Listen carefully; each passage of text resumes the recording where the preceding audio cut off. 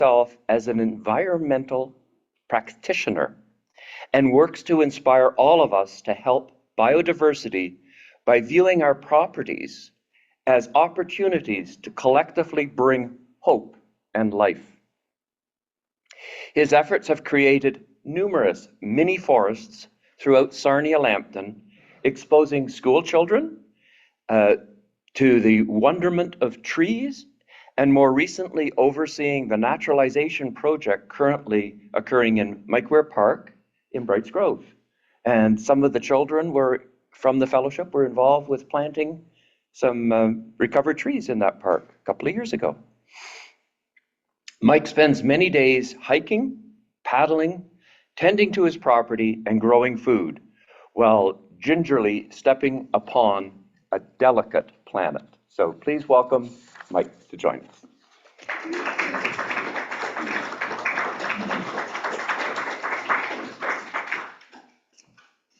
Thank you. Thank you for having me here. And thanks for having Dick here.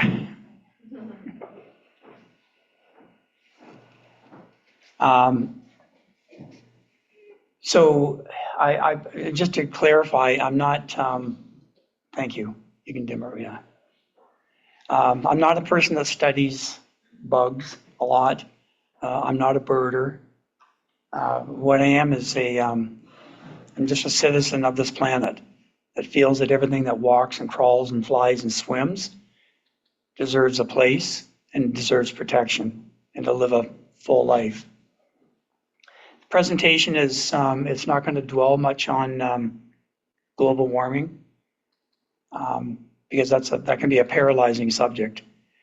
What it is, it's about biodiversity loss, and that is real. There is, I mean, most of us in this room maybe can remember like literally hundreds of birds on the hydro wires, ditches full of frogs, turtles, salamanders, fireflies. I mean, I could go on. And that's not the case so much anymore. So back in the 1800s, I mean, within a matter of time, we eradicated 100 million passenger pigeons. In the early 1900s, we eradicated the bison from the plains. And apparently we have not learned our lessons, because now in the year 2000, we are potentially looking at the loss of an iconic species that I think we take for granted. And its numbers are declining. And some of these losses of biodiversity of the species, it's no surprise given what we have left. I guess I don't have a pointer, Dick. Try it again. You just did it. Point it at the computer. Oh, the pointer. Should have. There we go. As you can see, we have very little natural woodlots left in the county. It's really a surprise that anything is out there anymore. And I'm not sure where we think these things are going to go, right? Where our homes are right now was a home for something else that got displaced. And so I guess they go to the county. Well, it's pretty apparent there's not a whole lot of space out there for anything anymore. So what is biodiversity and why should we care?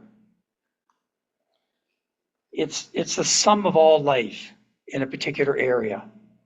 And this particular area can be the Amazon, it could be Algonquin Park, it can be a delta of a large river, and it can be in your backyard. It's just at any scale. So this is, I was hiking along the Bruce Trail, just north of Niagara Falls, and like even within this area, I mean, that's biodiversity within that small area, and it gets even smaller. I mean, this is a rock.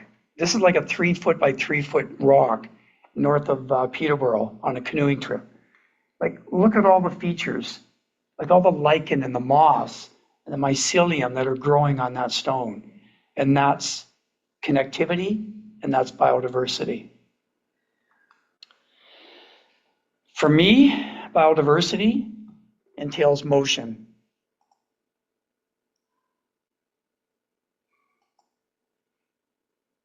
Which should play. Oh. Yeah.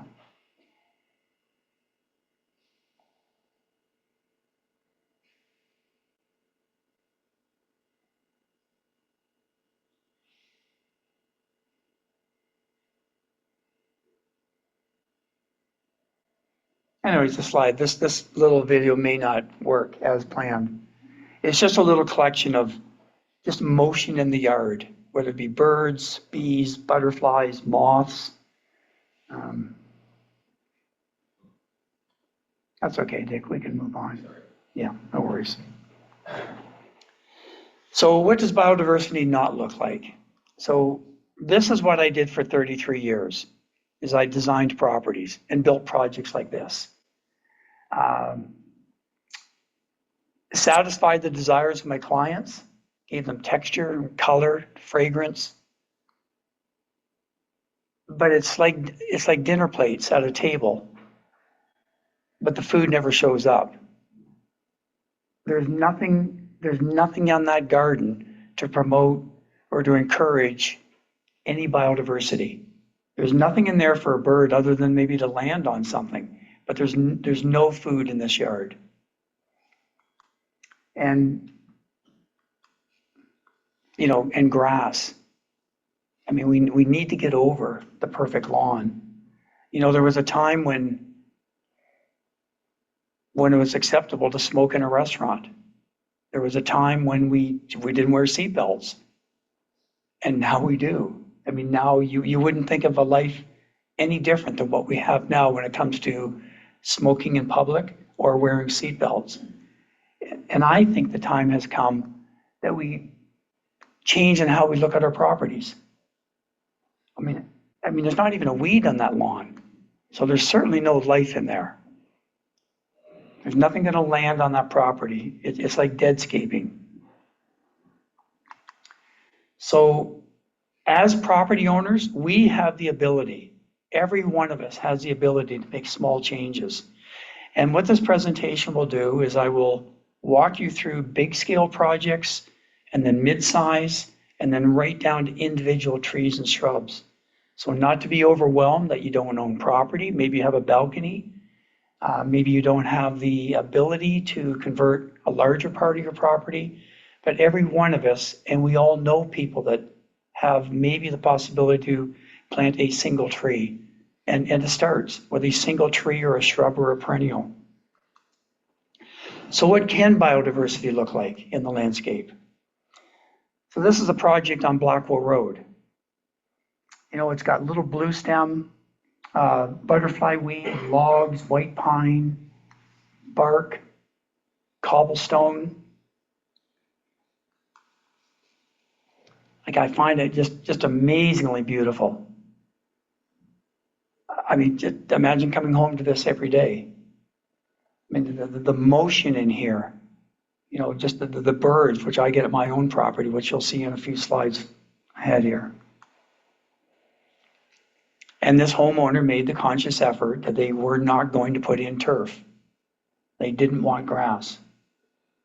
And as a result of a garden like this, you get the same things that I put in my gardens, between interest and texture and color and fragrance. Carbon sequestering, which really wasn't even a phrase. I didn't even know what that meant 6 or 7 years ago. And what they don't require, no watering, no fertilizers, no mowing. But what is even more important, what these gardens can provide, and who benefits the most, is the pollinators.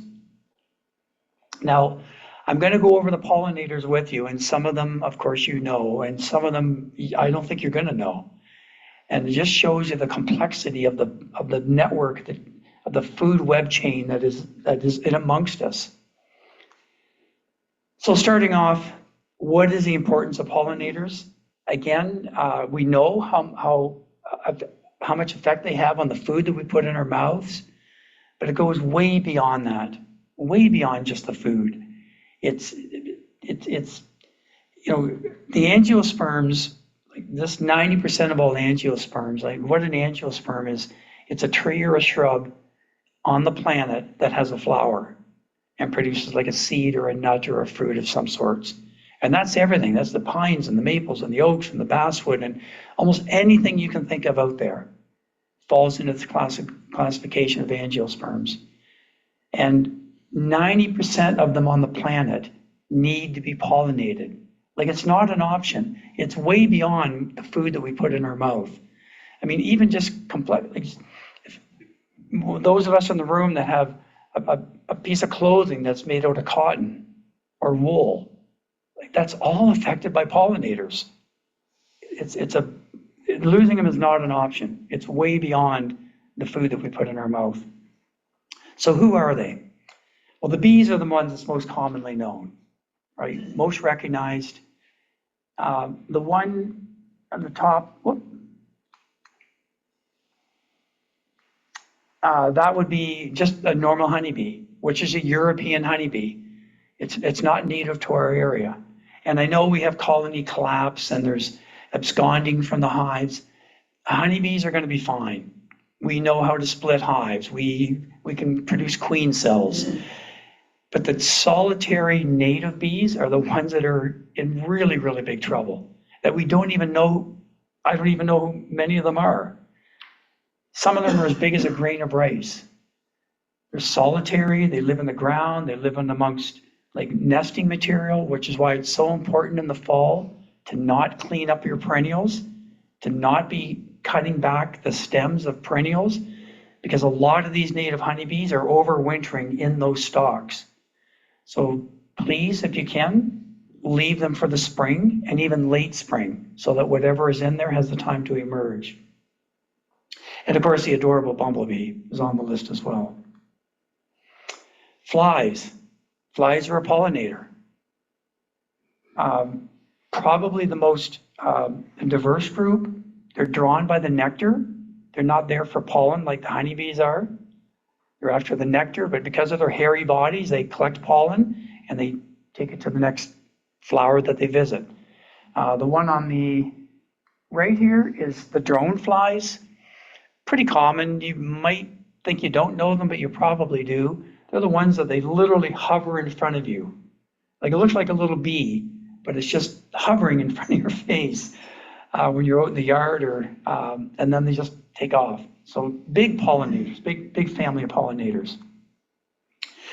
This is the one that it almost rivals bees now, the moths. Big family of moths. I mean, just look at the top 2 points there. For every one butterfly species, there's 9 moth species. And they interact with so many more different types of plants than the bees do. 5,000 species of them in our country. There's over 130,000 species of moths that visit flowers on the planet. And the recent research is indicating that the stone fruits, peaches and nectarines, plums, could be possibly 100% pollinated by moths. I mean, they're not all just at night, right? There's daytime moths as well. All those moths that are in those photographs there, the pictures were taken in my yard and obviously in daylight.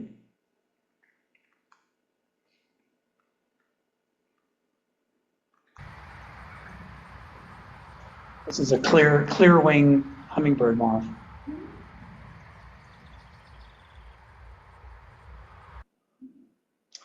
Big family, the moths are. And so again, I guess please at night don't have outside lights turned on in your home. They just fly around, they get exhausted and they perish. Butterflies, of course, but not really as significant as what you might think.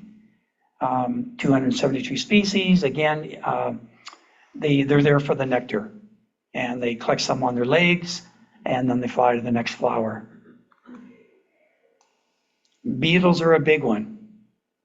Again, these are all pictures that were taken on my property. They'll scurry around the flower, they're after nectar again, and fly off to the next flower. So these are all pollinators, so it's way beyond bees. And then lastly, mainly the hummingbird. And again, just very low percentage of pollinating that happens from hummingbirds. But when I was doing the research on this, there was another really big surprise that tied in with the pollinators. So these pollinators, a lot of them lay eggs, like the moths and the flies and the butterflies. And these eggs turn into caterpillars. Not all as glamorous as these three. And so what is the significance of caterpillars? Well, you won't have breeding birds without caterpillars. You can't have them.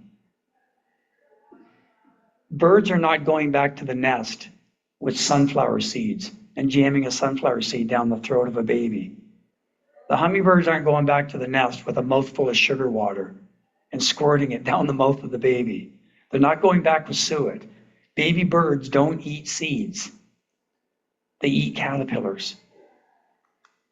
So I just want to show you a chart here that's pretty significant. So what we want to look at is the lime green bars. So this is the percentage of the diet of a baby bird. What percentage of their diet is caterpillars. So pick any category. I mean, pick woodpeckers. Like 41% of the diet of a baby woodpecker is caterpillars.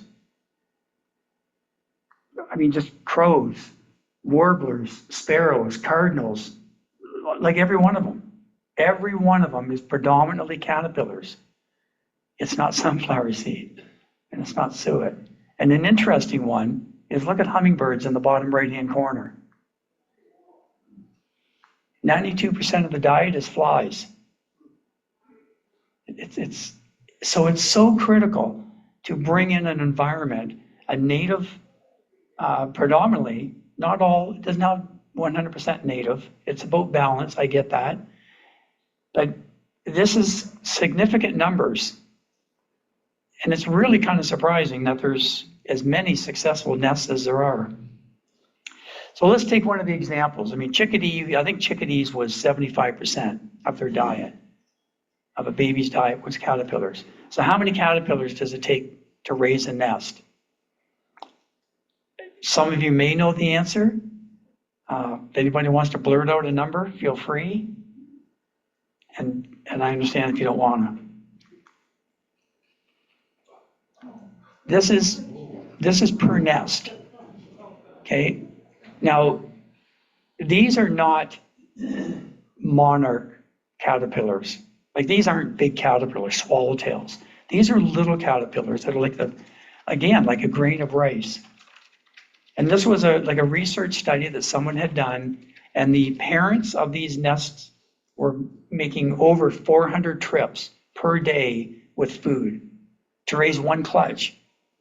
It's actually amazing that there's any baby birds that make it, given how we've eradicated the habitat that's out there, how we've cleaned out ditches and we're bulldozing down hedgerows. And gosh, and allowing the chopping down of trees just at will.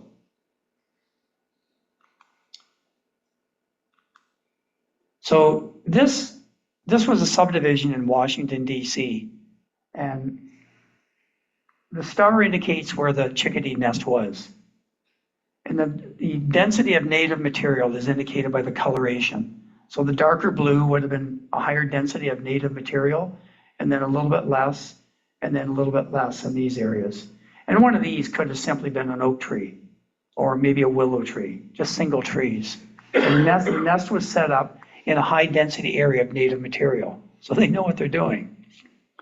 But sadly, the nest never made it. They starved out. They ran out of food because there wasn't enough. This darker, maybe could have been here if one homeowner had maybe converted part of their backyard, or if maybe a homeowner over here had planted a single oak tree. It doesn't take much. So how can we get started? Well, this is where I'm going to walk you through. There's a community way to get started in a bigger scope. And then we're going to work our way down from like yards to individual plants. So at a community level, these mini forest, the mini forest concept was something created by a fellow in Japan, Miyawaki.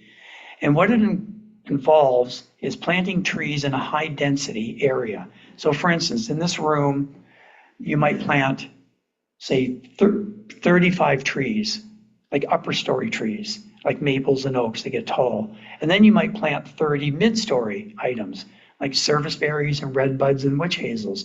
And then you might plant another 30 low items, like shrub roses and currants. And then the concept is that within a short period of time,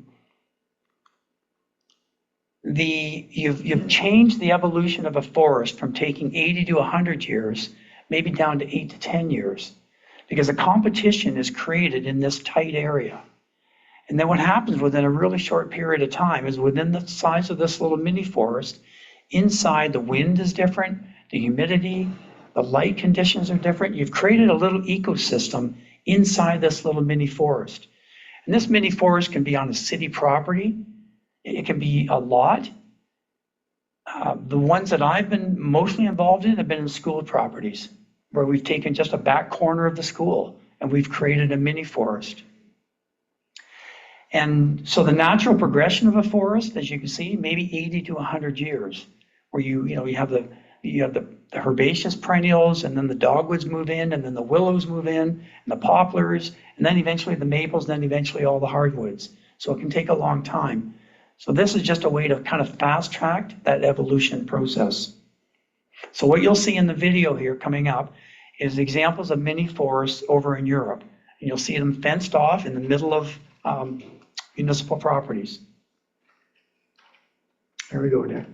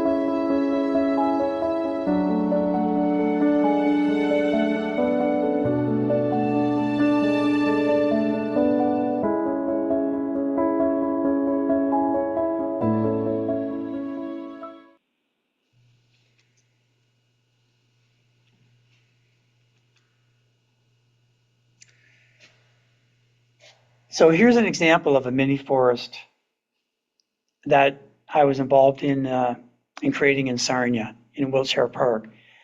It was through Climate Action Sarnia Lambton, and this was done in 2020. And so this plot of land was just grass. It was just turf. And so we high density planted with maples and oaks and whatnot. And now it's beginning to look like a little mini forest. And what is otherwise, that was just grass, unused in the back corner of Wiltshire Park. So the Howard Watson Trail is right about here, right there, running back there.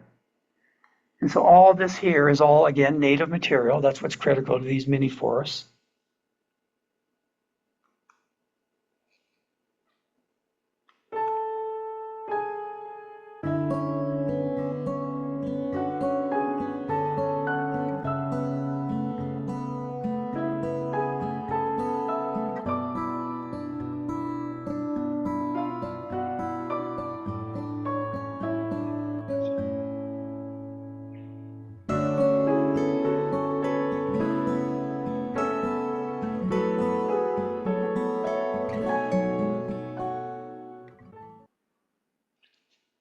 So I'll apologize. That's much better. The video usually is not choppy. I guess it's because of the internet in the building here. So that is 3.5 years old. And the first couple of years is the slowest growing period when you first move a new tree. It's getting established. And so that forest is going to expand exponentially over the next 3 or 4 years. And I'm excited as heck to see what it's going to, well, I kind of do know what it's going to look like. So I'm trying to encourage the city. I mean, I think the city of Sarnia probably has at least 115 parks. Some of them are only single lot sizes, and some of them are acreage. But imagine having little mini Tarzan lands all through the city of Sarnia in some of these underused, underutilized plots of land. I think it would just be incredible for neighborhoods. And so with these mini forests that I'm putting in, the kids are super involved. I was involved in tree planting at Great Lakes Secondary School this past May, and there was a girl in grade 11. She had never planted a tree before. I mean, I can't fathom that, having been raised on a farm, and being in the industry I was in. But it was so wonderful to see this person, like, just taking such sensitive care on planting a tree. And in my opinion, we need to grab the younger generation. The school projects that I'm putting in, the kids are, I mean, they paint posters, they write poems about trees. It's very rewarding. And I must put a plug in for the Golden K Kiwanis, who have been super supportive financially for these projects. And also Enbridge as well has been really on board. And there's a few more projects I got in mind, but I can't divulge just yet. So here's an example of one that this is in, I think, Southeast Asia. But it's just going to give you an example of what you can do with these little mini forests and the concepts you can create. So look at this in 2 years. So of course, we're in a tropical location, right, where the growing season is all year round. So maybe this takes 4 or 5 years here. But imagine that being like an outdoor classroom nestled in there, where you could go in there for a reading class, or just a place for therapy, just for a child that's having a rough day, and there's a bench in there and they can just go and chill out in there. So there's wonderful applications for these little mini forests. So again, this one is in Southeast Asia. And it's incredible. Again, the time frame is 2 years, but it's amazing.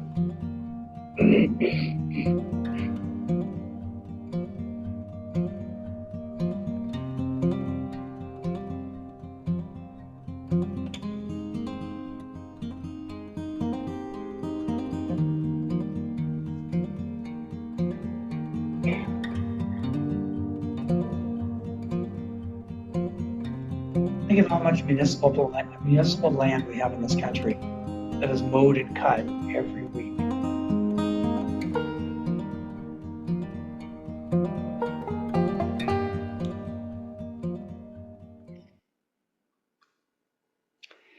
So that's what we can do as a community level, but what about individuals? So here's an example of just a before project. And this, I'm going to put a little plug in for Nick Alexander while I can here. And there's business cards of his on that table right at the door there. Nick Alexander is the go-to person in this community for native material. He's 100%. He's not a conventional garden center that finds a corner to put some native material in. He's all on, and he's a wonderful individual, and I like to push him put a plug in for him whenever I can. So this is a project here. Would have been just grass in around some cedar trees, and look converted into a native garden. And I want to make it really clear that there has been some not great native garden examples in the city of Sarnia, where it looks like a scattering of seeds was just tossed on the ground, and where everything grew, they grew. That's too chaotic even for me. But here's an example of a native garden that has structure, circulation, texture, and no lawnmower and no sprinkler system. This is the one on Blackwell again. Again, the after shot. Here's a property in Point Edward. This is all grass. And then the after project is all wood chips. There's a water garden, catches the rainwater from the downspouts. And it's just such a great transformation. And again, this was one of Nick's projects. So maybe that's too ambitious for you. Maybe you're not prepared to change like a whole yard or a backyard or a side yard. But what about our boulevards? Like how beautiful would it be if you lived on a street like that and you could walk your children to school in the morning or just go for a walk after dinner at night and have boulevards like that. I mean, it's like a botanical garden on your street. And I think of the tourism possibilities, you know, where you have bus trips coming into communities for Christmas lights and fall colors. I mean, I think companies, if you had a section of a city or a town where the streets were paved with, you know, vegetation rather than concrete, I just see the potential, not just from a mental health potential, it's even the neighbors coming out and sharing tips and seeds, and it can start just on your boulevard. And I know there is restrictions on the bylaws for what you can and can't do on the boulevards, but we can work within those parameters. And those parameters probably need to change. And change is coming slowly, but it just takes one. And it takes a little bit of courage sometimes to be the one. So this is my garden here. And the reason I showed it is I need structure in my gardens. They can't be chaotic. Sometimes life is chaotic enough. I can't have it in the garden as well. So I have like a band of blue, and then there's bands of yellow. Then around the corner is a band of orange and white, Virginia mountain mint, and the grasses, and my beehive, the hives in the background there.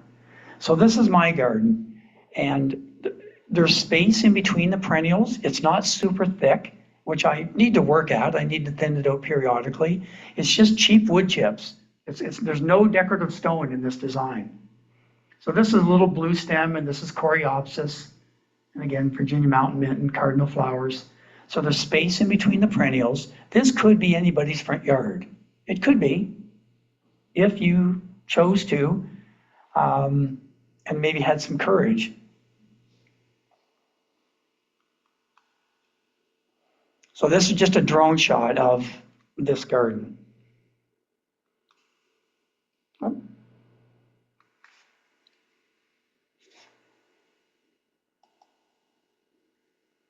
We have to make this work, Dick, because this is too cool of a video to not see. Okay.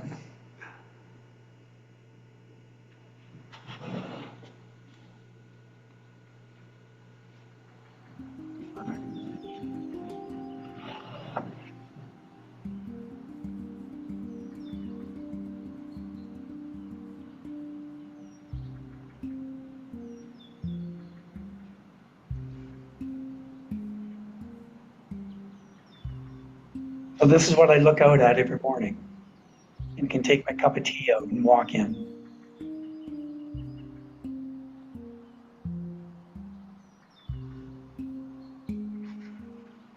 Cardinal flowers, blue lobelia, boneset.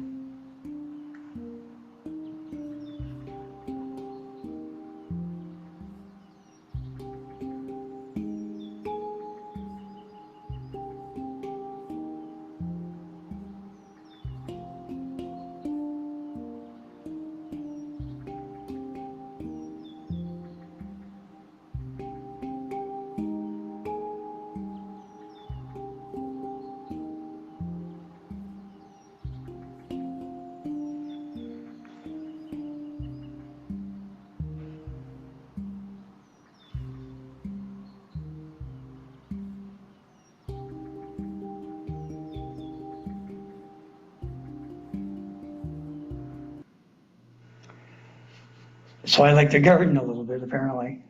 There's a lot there. I get it, and it's not everybody's thing. It is mine. Um, but I guess this is what I did for 35 years, was design and install gardens. And so it's just, in retirement, it's just an extension of what I used to do. This is all food area. I grow food in that area there.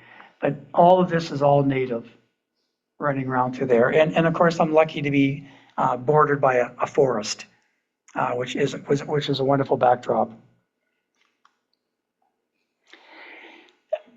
Native flowers, some of them are super pretty, really gorgeous. Swamp mallow. That's like a 5-inch across flower, like a big hibiscus flower. And blue gentian, cardinal, primrose. So maybe that's too much, right? And you don't have as much space as what you've seen in some of these. Well, I'm going to introduce you to what they call the keystone species. And a keystone species is one species that has a significant role in the success of that little ecosystem. And it can be a tree or a shrub or a perennial. And some really important facts here that I want you to try to remember. So 5% of our native plants, just 5%, support 75% of the caterpillars. And if there's one word you need to try to remember when you leave here today, it's caterpillars. It's all about caterpillars. And 5% of the native plants support 75%, and 14% support 90% of the caterpillars. So I guess the point here being is that rather than, if you go to the garden center and you say, you know what, I'm going to buy $50 worth of native material today, you may be coming home with something native. There's no such thing as a bad native tree or shrub. But if you have limited space, you want to get the best value for your money. Like, you want to be coming home with the gold medal winners, the ones that have the biggest impact on the moths and the butterflies in your area. So here I'm going to go over a couple of charts really quickly with you. And I can make these available to anyone, possibly through the group. I can email these charts, and then the members can get them. So I'm going to start at the chart on the left-hand side. So this chart here is the top plant for moths and butterfly species. It's the top 30 trees that you can put on your property. And by far and away, the oak trees are number one. It's not even close. And I find it tragic that in this city, you can make a phone call to a tree company and remove an oak tree. I can't wrap my head around that. Ecologically, they are so important, and they live so long. And to remove really any tree, for that matter, but in particular to remove an oak tree because, I don't know, maybe your motorhome gets parked underneath it and you're worried about branches coming down on it. Anyways, the oaks are super important. One thing I want to point out, number 2 on the list, is the prunus family. It really shouldn't. I don't agree with it saying apricots and peaches and plums in that area. They're not native, of course. But what should be in that area there, beside the prunus, is your black cherries and your choke cherries that are in the forest. So they're number 2 on the list. So follow that number across. So 436 different types of moths and butterflies benefit from an oak tree. So if you think, when you think of milkweed, like predominantly it's a monarch. It's almost like 1-to-1. But now take an oak tree, like 436 different types. And look at any of them. Look at the cherry trees, 340. Willows, birch, maples, they're all there with big numbers. And these caterpillars aren't falling on your head or on your shoulders when you're walking underneath them. right? The caterpillars can be up there, but you won't know they're there. They're probably, hopefully they're getting eaten. But some of them are very, very tiny, very, very small. And the chart on the right-hand side is for perennials. And again, if you look at the numbers on the right-hand side, so number one is sunflowers.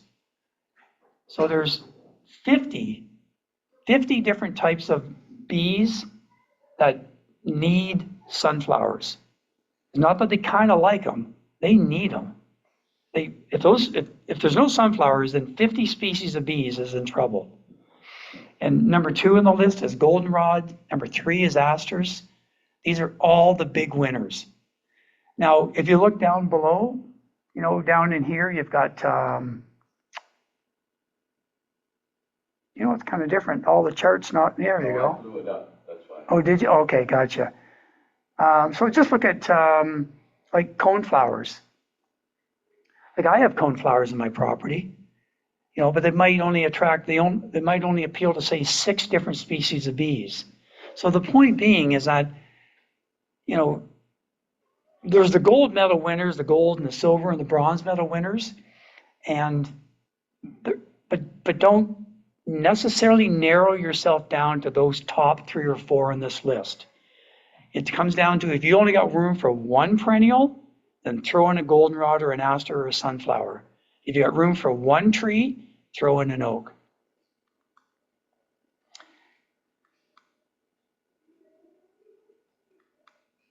Can you click forward there, Dick? I can't. I just gotta put it back on. Okay.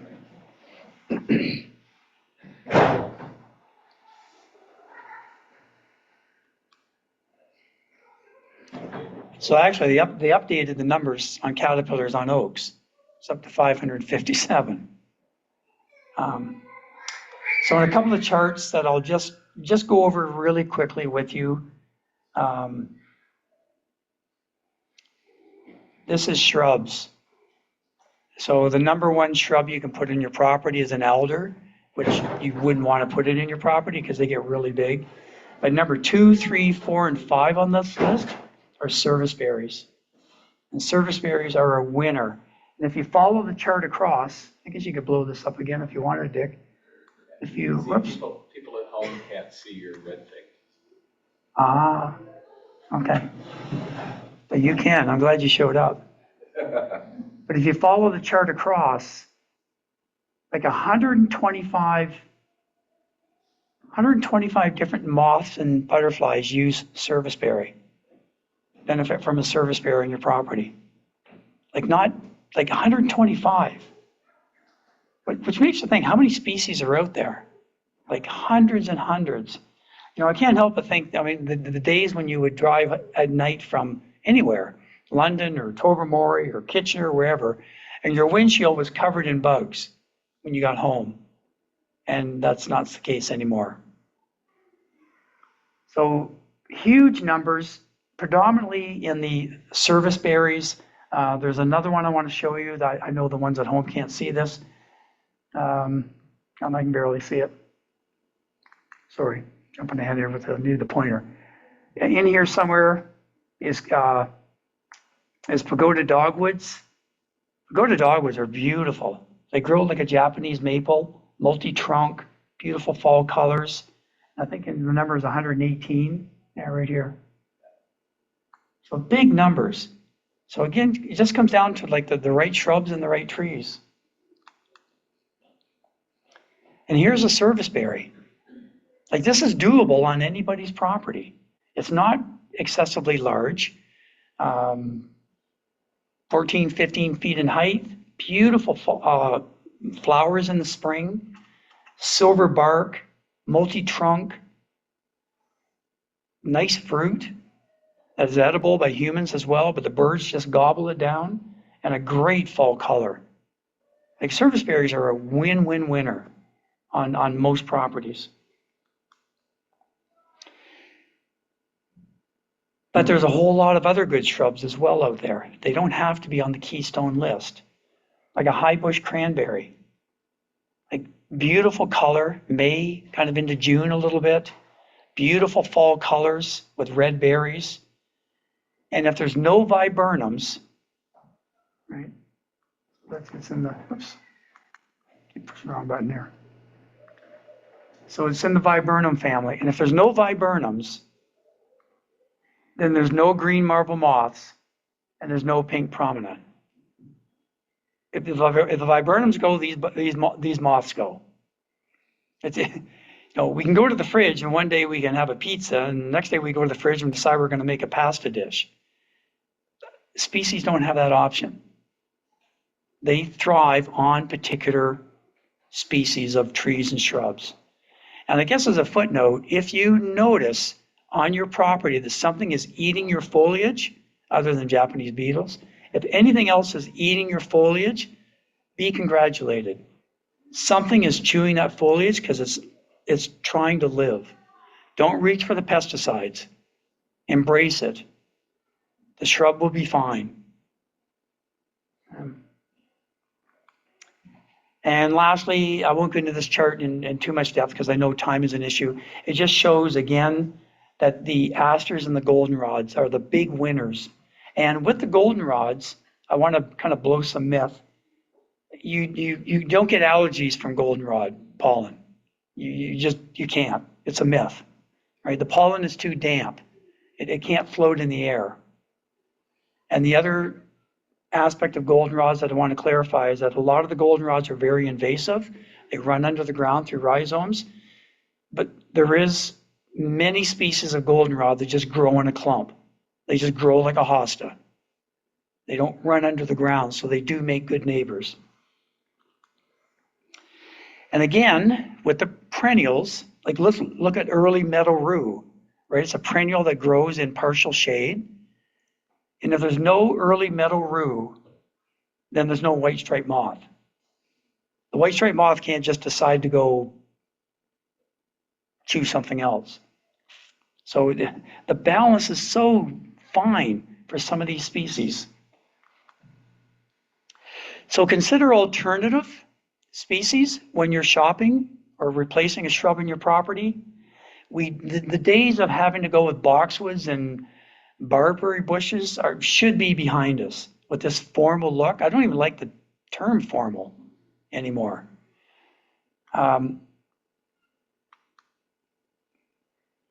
Here's a couple. I'm just going to go through 3 or 4 examples of alternatives you could work with on your property.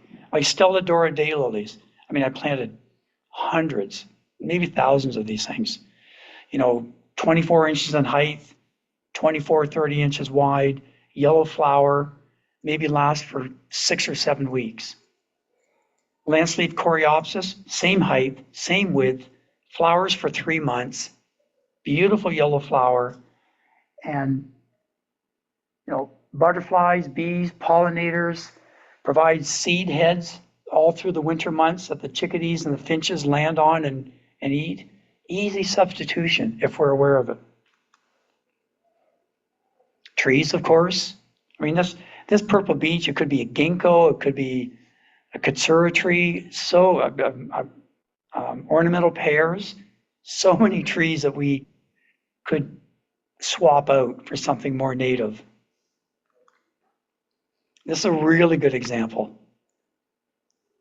Blue oakgrass, I probably, for sure I planted 1,000 of these. These and blue fescue. And look at the little blue stem. Whoops. The wrong button again. Like a little blue stem, almost as blue as blue oakgrass.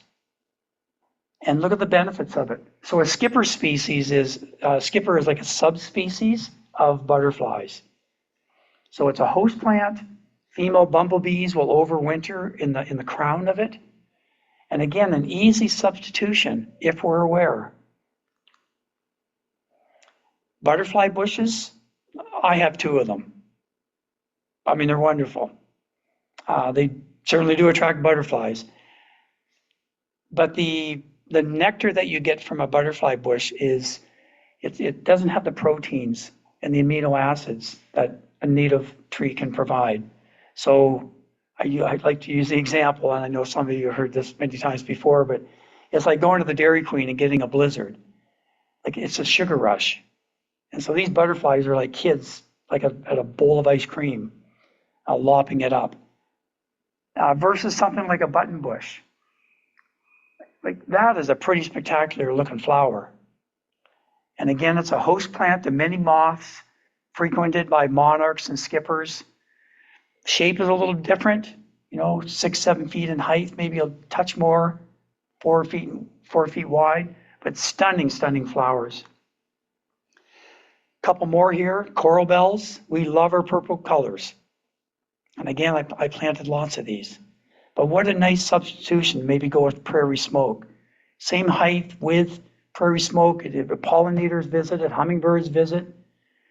When it goes to seed, it has like a fluff, kind of almost like, thus the name smoke bush, or prairie smoke, like the smoke bush. Really cool look to it after it flowers.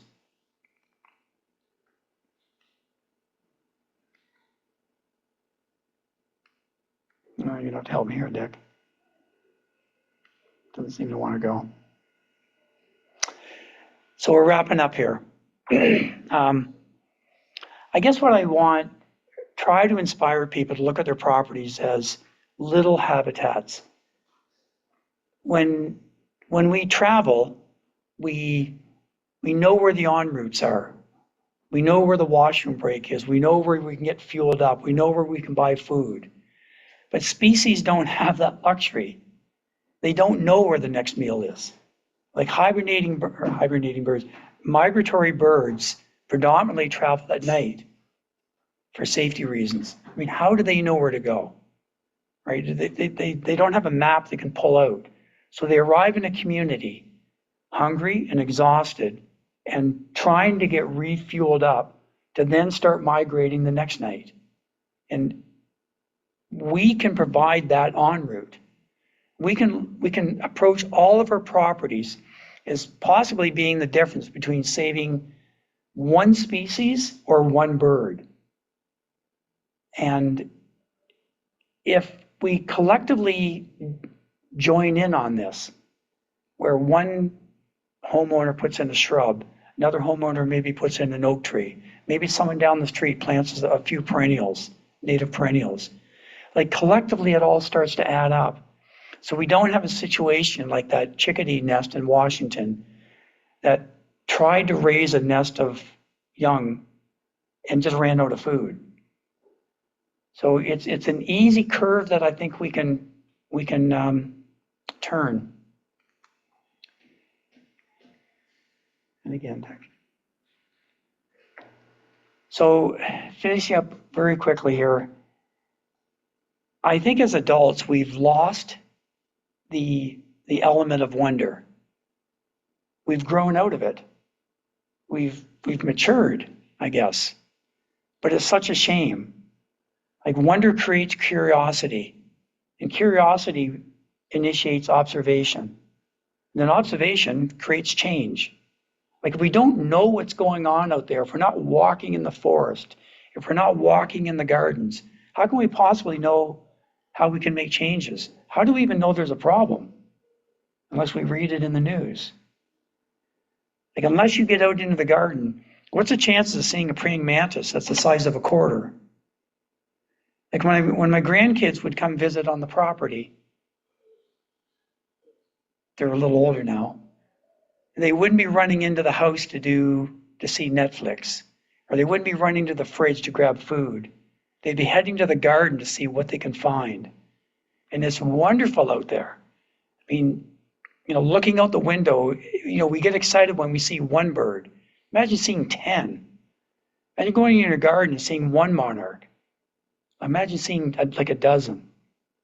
And we can turn this corner. We can bring back that childlike behavior and make it exciting again to get out into the property and into the gardens. So thank you for your time.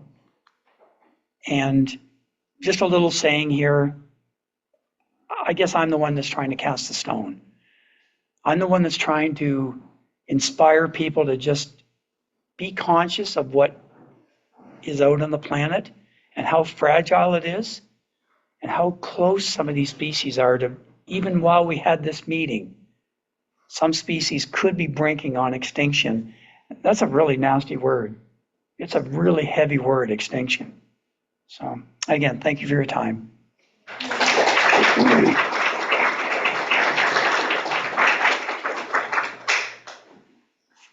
Thanks so much, Mike. You're welcome. So perhaps during coffee, people can have an opportunity to ask you some questions. Would that work? Yep. Awesome. Okay, thank you.